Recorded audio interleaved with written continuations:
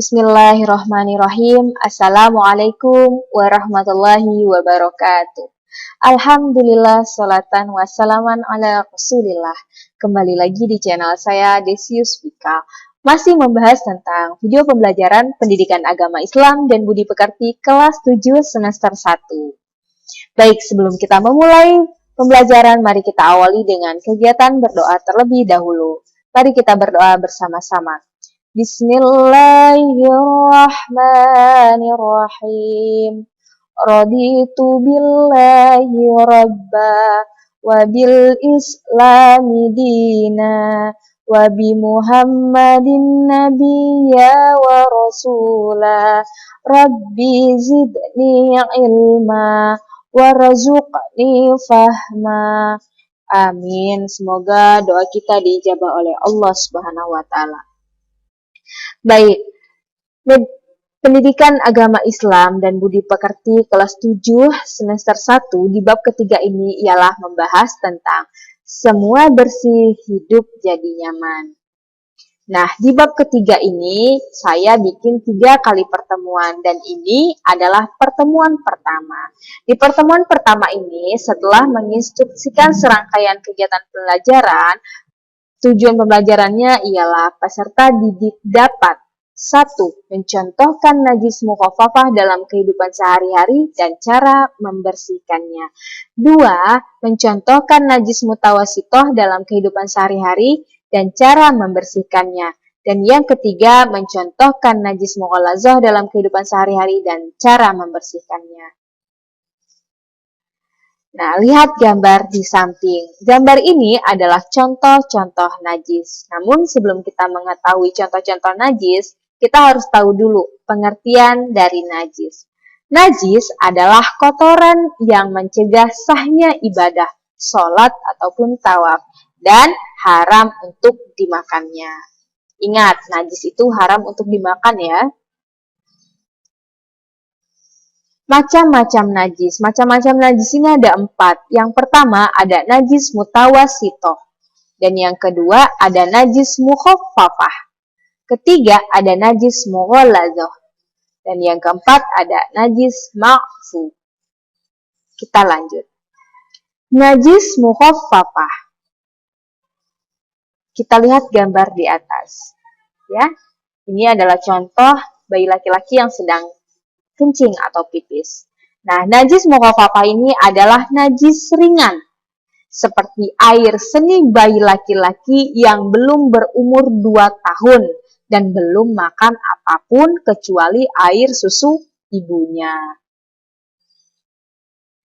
Cara mensucikannya sangat mudah, cukup dengan memercikan atau mengusapkan air yang suci pada permukaan yang terkena najis. Ya, ingat, najis mukhafafah itu adalah najis ringan.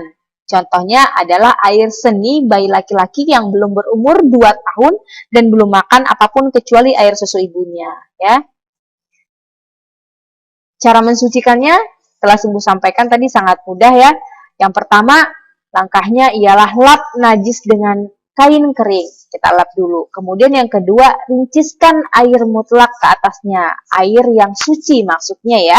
Nah, setelah dirincikan, yang ketiga, lap lagi hingga kering. Suci deh dari suci deh dari najis mukhafafah. Kita lanjut. Yang kedua ada najis mutawasitoh. Najis mutawasitoh itu adalah najis sedang. Ya, contohnya ada darah, nanah, air seni, tinja, bangkai binatang, dan sebagainya. Kita lihat gambar di bawah ini itu ada bangkai, ada darah, ada nanah, ada kotoran. Jadi itu termasuk najis mutawasitoh atau najis sedang. Ya, ingat sekali lagi, mutawasitoh itu adalah najis sedang. Ingat contohnya, ada bangkai, darah, nanah, tinja, dan lain sebagainya. Kita lanjut. Cara mensucikannya ialah 1, hendaknya dibuang najis terlebih dahulu. Nah, setelah dibuang, kita cuci itu dengan air bersih suci tempat yang terkena najis sehingga hilang baunya, warnanya, dan rasanya. Nah, itulah cara mensucikan najis mutawasito. Yang ketiga ada najis mughalazoh.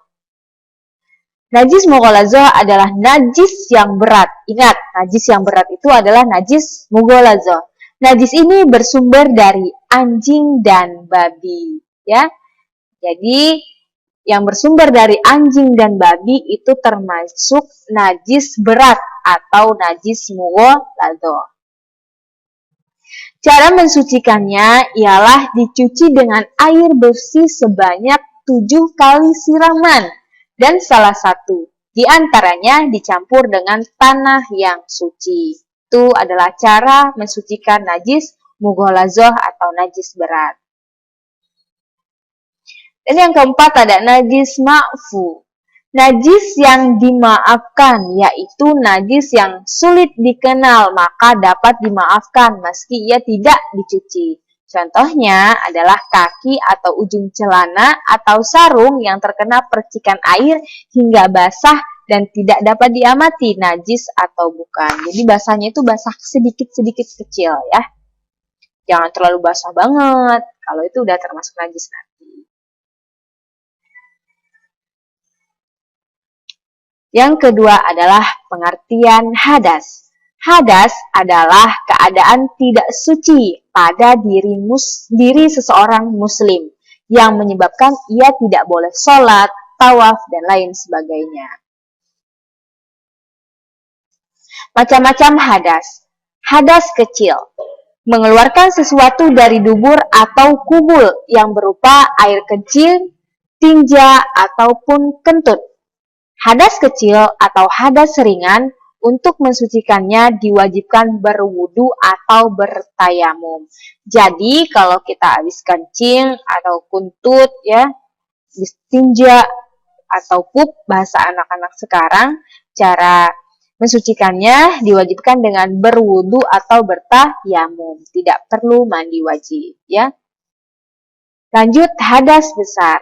Hal yang menyebabkan hadas besar antara lain sedang dalam keadaan haid dan nifas bagi perempuan. Kemudian hubungan kelamin dan mengeluarkan mani termasuk karena mimpi ya. Nah, cara mensucikannya yaitu dengan mandi wajib atau mandi besar sesuai syarat. Selesai, singkatkan pertemuan pertamanya, nanti di pertemuan selanjutnya atau pertemuan kedua di bab ketiga ini, kita akan membahas tentang toharoh, cara bersuci, yaitu wudhu, tayamum, dan mandi wajib. Mohon maaf jika banyak kekurangan, semoga pertemuan ini bermanfaat, namun sebelum kita tutup, mari kita berdoa terlebih dahulu. Mari berdoa bersama-sama. Bismillahirrahmanirrahim. Subhanakallahumma wa bihamdika asyhadu an la ilaha illa anta astaghfiruka wa atubu ilaik. Amin. Semoga doa kita dijabah oleh Allah Subhanahu wa taala. Mari kita tutup pertemuan kita hari ini dengan mengucap lafaz hamdalah. Alhamdulillahirabbil alamin. Saya Yuri. Assalamualaikum warahmatullahi wabarakatuh.